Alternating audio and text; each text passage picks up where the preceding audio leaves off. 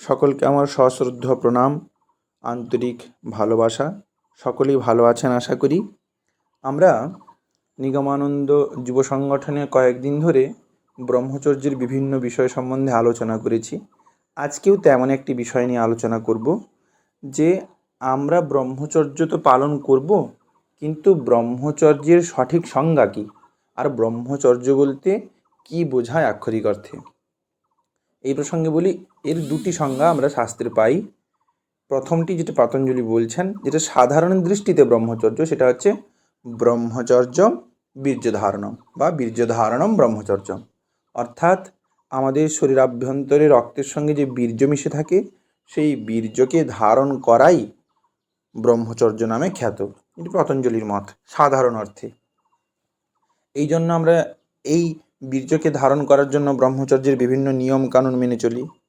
কিন্তু ব্রহ্মচর্যের যে আক্ষরিক অর্থ, সেই অর্থটি হচ্ছে যে ব্রহ্মে চরতি যশ স ব্রহ্মচারী, বা ব্রহ্মে যিনি বিচরণ করেন তিনি ব্রহ্মচারী। ব্রহ্মে বিচরণ করা মানে কি? ব্রহ্মে বিচরণ করা মানে হচ্ছে আধ্যাত্মিকতাকে পুষ্ট করা। আমি যে ব্রহ্ম, আমি যে সেই পরমাত্মা ঈশ্বর, এইটি বোধ করাই হচ্ছে যথার্থ ব্রহ্মচর্যের অর্থ। বেদান্ত শাস্ত্র যাকে ব্রহ্ম বলেছেন, সেই ব্রহ্ম আর আমি যে ভিন্ন নই, এইটা যিনি বুঝতে পারেন তিনি যথার্থ ব্রহ্মচারী। তাহলে ব্রহ্মে চরতি, যিনি ব্রহ্মে বিচরণ করেন তিনি ব্রহ্মচারী বা ব্রহ্মচর্য। তাহলে এই ব্রহ্মচর্যের যে আক্ষরিক অর্থ, আমি ব্রহ্ম এই বোধ করা, আমি যে শরীর নই, আমি যে মন নই, আমি যে প্রাণ নই, এইগুলোর উপরে যে আমার একটা সত্তা আছে, আমি যে সেই ব্রহ্ম, সেই ব্রহ্মবোধই হচ্ছে যথার্থ ব্রহ্মচর্য। তাহলে সাধারণ ব্রহ্মচর্যের এই সংজ্ঞার অর্থ কি? হ্যাঁ, একটি বিশেষ অর্থ আছে।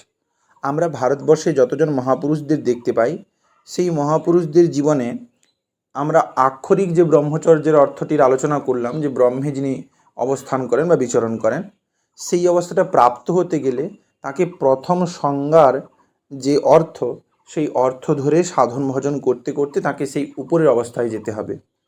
তাহলে বীর্যধারণম ব্রহ্মচর্যম, আমাদের শরীর অভ্যন্তরে যে ব্রহ্মবস্তু, যে বীর্য, সেই বীর্যকে কোনো কারণে শরীর থেকে নির্গত না হতে দিয়ে সংযমের মাধ্যমে, দৃঢ়তার মাধ্যমে, প্রতিজ্ঞার মাধ্যমে নিজের অভ্যন্তরে শক্তিরূপে গচ্ছিত রাখাই কিন্তু ব্রহ্মচর্য।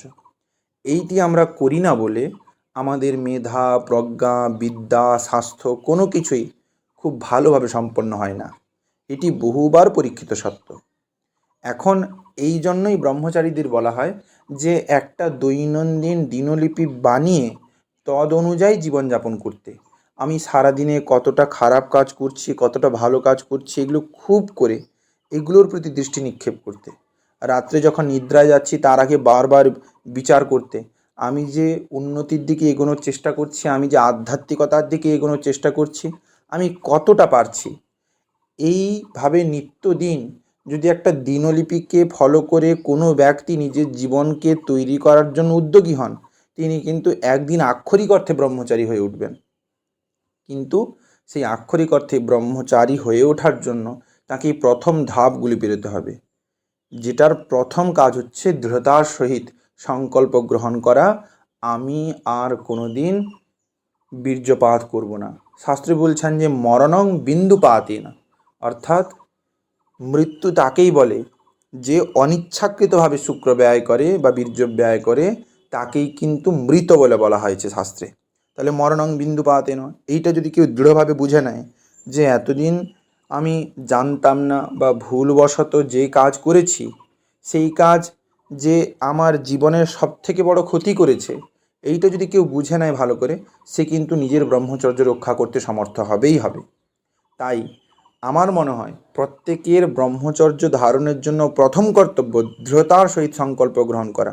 আমার জীবন যতদিন থাকবে, আমি যতদিন জীবিত থাকব, ততদিন কোনোভাবেই ইন্দ্রিয়ের দাসত্ব করব না, কামের দাসত্ব করব না। এইভাবে দৃঢ়তার সঙ্গে সংকল্প গ্রহণ করে ঠিকভাবে নিয়ম সংযম পালন করতে হবে প্রত্যেক দিন। একবারে ব্রাহ্ম মুহূর্ত থেকে ওঠা শুরু করে নিদ্রা যাওয়ার আগে পর্যন্ত ব্রহ্মচারীর দিন বা দৈনন্দিন রুটিন বা দৈনন্দিন লিপি যেভাবে থাকবে সেইভাবেই তাকে জীবনযাপন করতে হবে এবং করে দেখাতে হবে। না হলে তিনি যদি একটি নিয়ম পালন করেন আরেকটি না করেন, তাহলে কিন্তু কিছু হয় না। শ্রীমৎ স্বামী নিগমানন্দ সরস্বতী পরমহংসদেব একটি কথা বলতেন যে বাহ্যিক আচার দিয়ে খুব একটা কিছু লাভ হয় না। কেন এই কথা? কেউ হয়তো নিষ্ঠাবান কোনো ব্রাহ্মণ, তিনি তিনি সন্ধ্যা বন্দনা করেন, দেবতার অর্চনা করেন, সব কিছু করেন, কিন্তু তিনি প্রচুর মিথ্যা কথা বলেন, তার মানসিক প্রবৃত্তি খুব একটা ভালো নয়, তিনি সৎ মানুষ নন, তাহলে তার এই যে সন্ধ্যা বন্দনা, জপ তপ, এগুলোর কোনো কাজ দেয় না। তেমনি ব্রহ্মচারী যখন একটা ব্রহ্মচর্যের ব্রত নিয়ে এগোন, তখন তাকে কায় মনোবাক্যে পবিত্র থাকার চেষ্টা করতে হবে। ব্রহ্মচর্যের এইটি হচ্ছে শেষ কথা, যে আমাকে এমন পবিত্র হতে হবে যে আমার সংস্পর্শে যে আসবে সে যেন আমার ভাবে ভাবিত হয়, আমারই অনুরূপ যেন সে জীবন গঠন করতে পারে, তার ভিতরে সেই দেবোপম পবিত্র সত্তা যেন সঞ্চারিত হতে পারে। অতএব আমাদের প্রত্যেক ব্রহ্মচারীর, প্রত্যেক যুবকের একটি কর্তব্য যে প্রথম দৃঢ়তার সহিত সংকল্প গ্রহণ করা, আমি যতদিন জীবিত থাকব ততদিন কোনোভাবেই আমি নিজের শুক্রক্ষয় করব না। এইটি যদি কেউ দৃঢ়ভাবে দৃঢ় প্রতিজ্ঞ হয়ে সাধন সমরে এগিয়ে যান, তিনি কিন্তু বিজয়ী হবেন। কিন্তু কাম হচ্ছে দুর্দমনীয়, কামকে দমন করা সোজা নয়। আর তার সঙ্গে তো মন আছেই। অর্জুনও শ্রীকৃষ্ণকে বলছেন যে চঞ্চলং হি মন কৃষ্ণ, মন খুব চঞ্চল।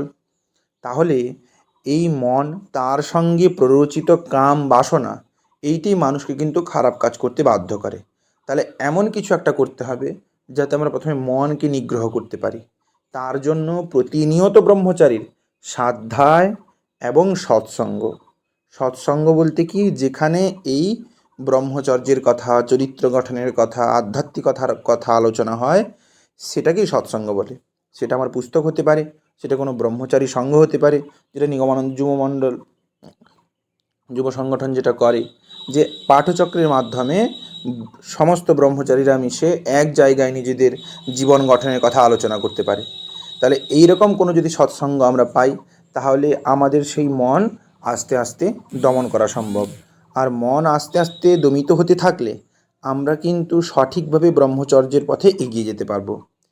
আরও একটি সৎসঙ্গের আরও একটি বিশেষ গুণ আছে, এই যে যদি কোনো মুহূর্তে বা কোনো দিন এমন হয় যে আমার সেই উচ্চ ভাব আস্তে আস্তে শিথিলতা প্রাপ্ত হতে হতে নিম্নাভিমুখে গমন করছে, তখন আমার যে ব্রহ্মচারী বন্ধুরা, তাদের পবিত্র জীবনের স্পর্শে এসে আমার সেই অবনত ভাব আবার উন্নত হয়ে উঠবে। অর্থাৎ একে অপরের পরিপূরক হিসেবে একটি ব্রহ্মচারী সংঘ তৈরি করতে পারলে আমরা কিন্তু সাধন ক্ষেত্রে অগ্রসর হতে পারি।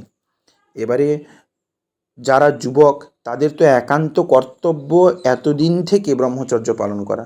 মূলত 8 বছর থেকে এরকম শিক্ষা দিতে বলা হয়েছে, কিন্তু ভারতবর্ষের এখন বহু ক্ষেত্রে এই শিক্ষা পিতামাতাও দেন না, স্কুল কলেজেও দেয় না, কোনোভাবে এই শিক্ষা লাভ করতে পারে না যুবকরা, কিশোররা।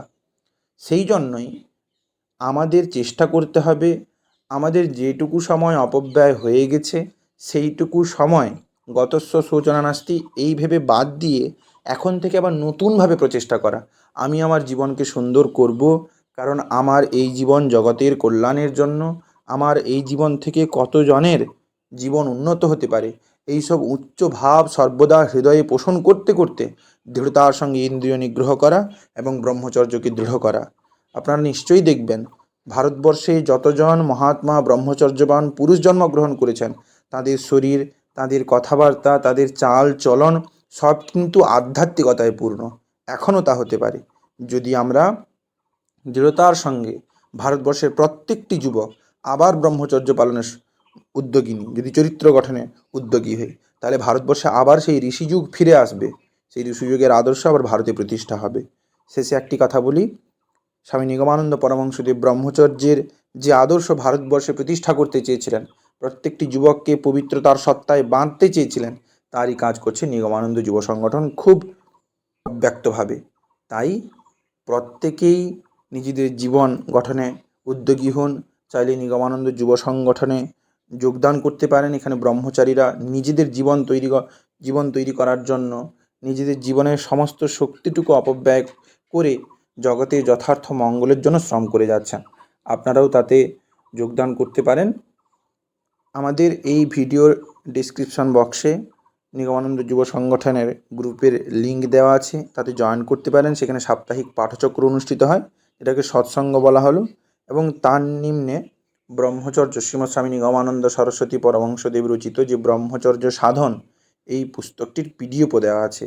আপনারা ব্যক্তিগতভাবে সেগুলো সংগ্রহ করে নিয়ে যদি নিজেদের সাধন কার্যে ব্রহ্মচর্য পালনে নিজেরা সচেষ্ট হন, তাহলে জগতের যথার্থ মঙ্গল হতে পারে। সকলেই ভালো থাকুন, সকলেই সুস্থ থাকুন। নমস্কার।